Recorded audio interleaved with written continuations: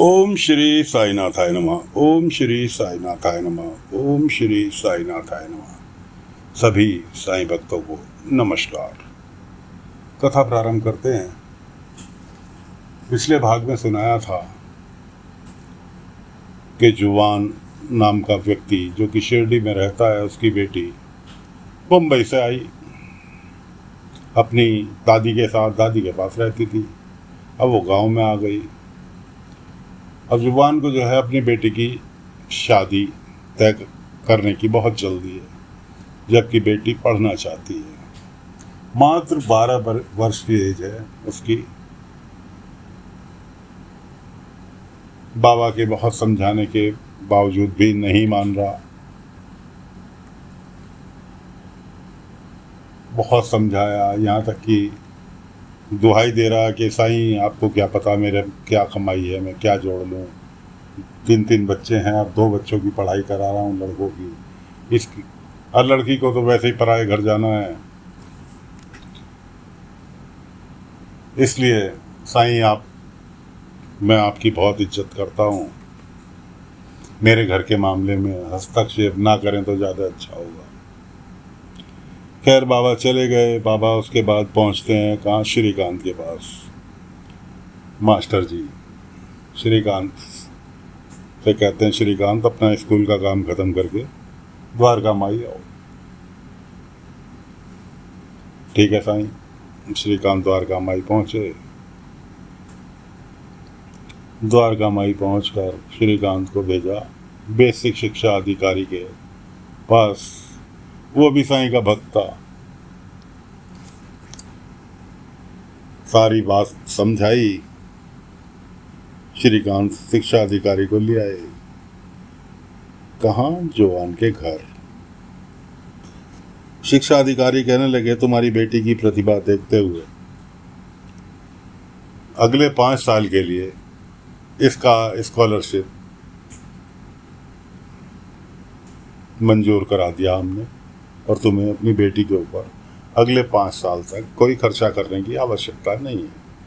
Total खर्चा सरकार उठाएगी, और उसके बाद भी अगर पढ़ना चाहेगी तो हम इसकी पूरी मदद करेंगे।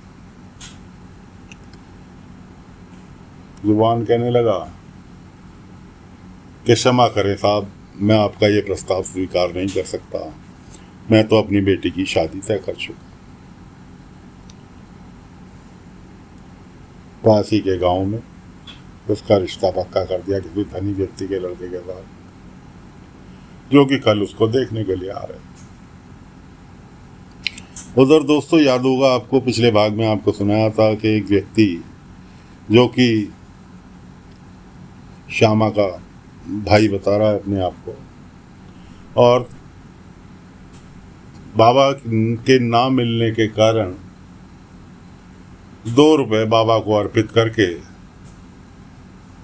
और अपने काम से चला गया। काम क्या था? उसे किसी के साथ साझेदारी करनी थी, पैसे देने थे। साझेदार जो था समय का बहुत पाबंद आदमी था, इसलिए बाबा से बिना मिले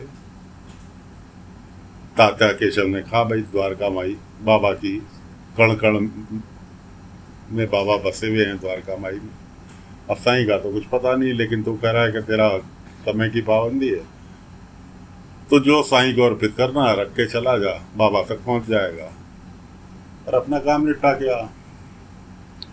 तो ऐसा ही करके कि साईं मेरे व्यापार में, मैं नया व्यापार करने जा रहा हूँ, उसमें आप साझेदार हैं, और ये 2 रुपए मैं आपको अर्पित करता हूँ।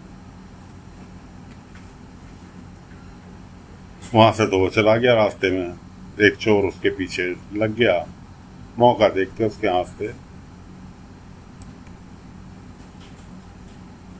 पैसे का थैला छीन के भाग गया।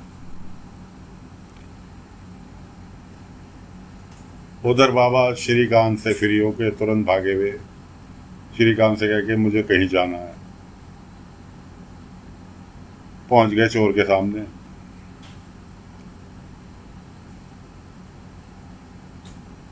चोर के सामने खड़े हो गए जाके कि थैला मुझे दे दे, जिसका तो चुरा के लेके आया। कि तुम कौन? ये थैला तो मेरा।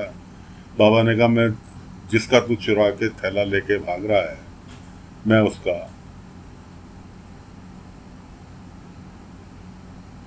साझेदार हूं, यानी कि पार्टनर हूं।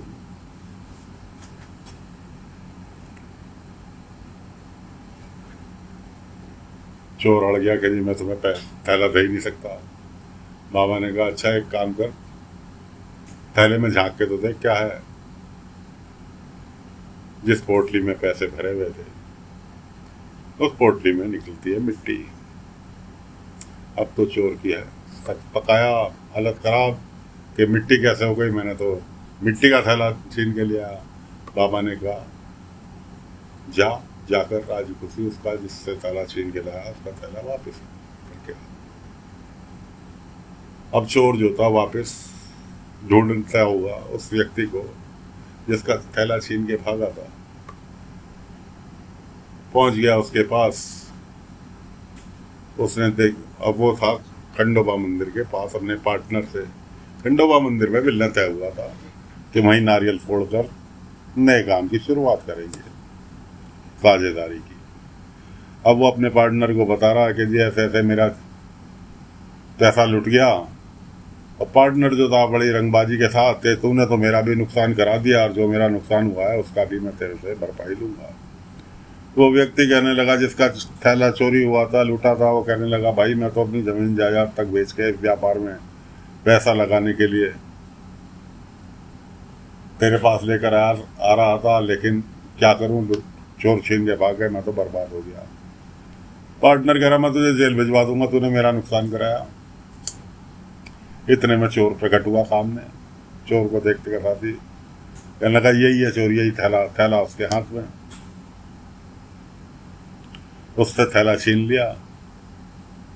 थैला छीन के पार्टनर के हाथ में थमाया, ले पैसे पकड़, हो गए पार्टनरशिप, मिल गया मेरा थैला। चोर से तो मैं बाद में निपटूंगा, पहले तो अपने पार्टनरशिप का काम कर ले। पार्टनर ने थैला लिया, थैला खोला, पोटली निकली, उसकी भी चेहरे पे मुस्कुराहट आई कि हाँ पैसे आ गए। लेकिन जब पोटली खोल के देखी तो उसमें मिट्टी। गए ये तो मिट्टी है। चोर के गले पड़ने चालू हो गए कि बता पैसे कहाँ हैं, तुझे जेल भेज देंगे। मैं कहा भाई मेरे को जेल भेज दो, मार लो पीट लो, हाँ मैंने थैला चुराया, लेकिन चुरा के मैं भाग ही रहा था कि तुम्हारा एक साझीदार सामने आके खड़ा हो गया कि मैं साझीदार हूँ, ये थैला मुझे दे। और थैला उन्होंने मैंने नहीं दिया तो मेरे से कहने लगे कि थैला खोल के तो देख इसमें क्या है। खोल के देखा तो इसमें मिट्टी थी पोटली में, इसलिए मैं डर के मारे तुम्हें वो वापस देने आ गया। कौन था? एक फकीर बाबा थे, कंधे पे झोला था, कह रहे थे कि मैं तुम्हारे साझीदार हूँ। वो व्यक्ति समझ गया कि और कोई नहीं थे, साईं थे। उसने कहा अपने पार्टनर से, गल्ला थैला मुझे दियो जरा। उनने थैला वापस लिया, पोटली वापस रखी, बाबा का नाम लेके दोबारा पोटली निकाली, खोली तो सारा पैसा मौजूद, सारा पैसा मौजूद पाकर वो भी बड़ा खुश हुआ।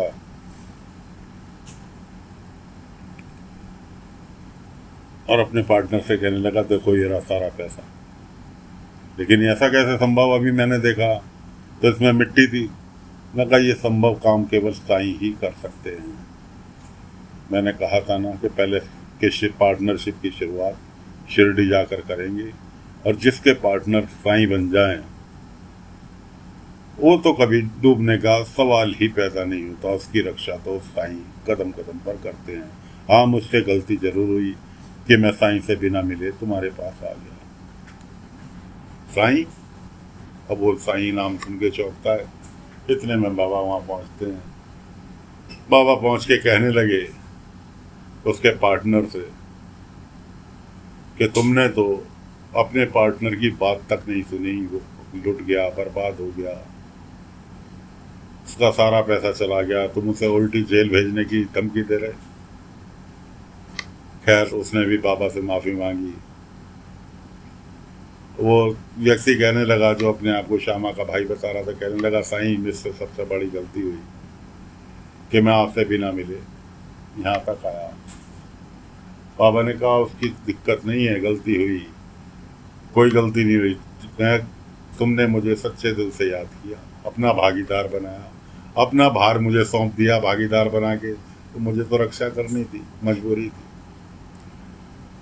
खैर जो चोर था, चोर कहने लगा जी मैं तो भूख से परेशान था, भूख से परेशान था, इसलिए मुझे तो कुछ सुझाई नहीं दिया, इसलिए मैंने चोरी की। खैर बाबा की कृपा से दोनों ने अपना साझेदारी करी और उस व्यक्ति को अपने यहाँ नौकरी दे ली जो चोरी करके भागा। उधर जुबान की बेटी को, जो 12 वर्ष की है, उसको देखने के लिए लड़के वाले आ रहे हैं। जुबान किसी की सुनने के लिए तैयार नहीं और लड़की किसी कीमत पे राजी नहीं। क्यों? वो पढ़ना चाहती है। तो साथियों, फिलहाल कथा को विराम देते हैं यहीं पर। अगले अंक में आगे की कथा लेकर फिर हाजिर होंगे। तब तक के लिए आज्ञा दीजिए। ओम साई राम, ओम साई राम, ओम साई राम, ओम